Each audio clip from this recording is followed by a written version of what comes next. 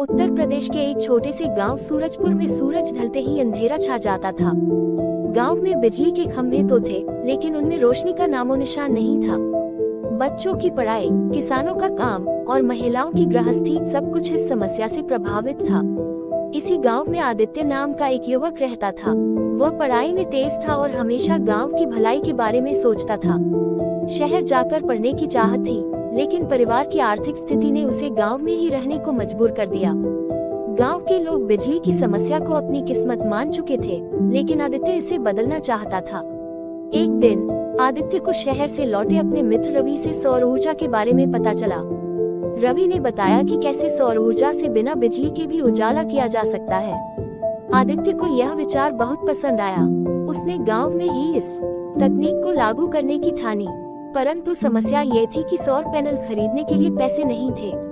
उसने गांव के लोगों से मदद मांगी, लेकिन सबने उसे पागल करार दिया। बेटा, ये बड़े शहरों की चीजें हैं, हमारे बस की नहीं, एक बुजुर्ग ने कहा। लेकिन आदित्य हार मानने वालों में से नहीं था।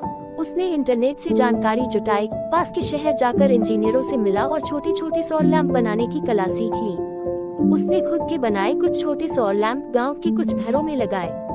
धीरे धीरे गांव के कुछ लोग आदित्य की बात समझने लगे।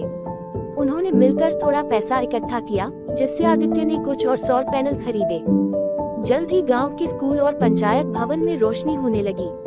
अब बच्चे रात में भी पढ़ सकते थे, महिलाएं बिना डिबरी जलाए खाना बना सकती थी और किसानों को अपने उपकरण चार्ज करने की सुविधा मिलने लगी। ये देखकर गांव के मुखिया और अन्य लोग भी प्रभावित हुए और उन्होंने सरकारी अधिकारियों से मदद मांगी। कुछ महीनों बाद सरकार की ओर से गांव को सौर ऊर्जा परियोजना के लिए फंड मिला। अब सूरजपुर में हर घर में सौर ऊर्जा से रोशनी होने लगी। आदित्य के इस प्रयास से गांव का जीवन बदल गया। दूसरे गांवों ने भी इस मॉडल को अपनाना शुरू किया। अब सूरजपुर सचमुच अपने नाम के अनुरूप रोशनी से जगमगा रहा था। एक दिन जब एक पत्रकार ने आदित्य से पूछा, तुमने ये सब कैसे किया? आदित्य मुस्कुरा कर बोला, जहाँ चाह वहाँ राह। अगर कुछ बदलना है तो खुद ही पहला कदम उठाना होगा। अंधेरे से उजाले तक की यह यात्रा सिर्फ बिजली लाने की नहीं थी, बल्कि उम्मीद और आत्मनिर्भरता की रोशनी जलाने की थी।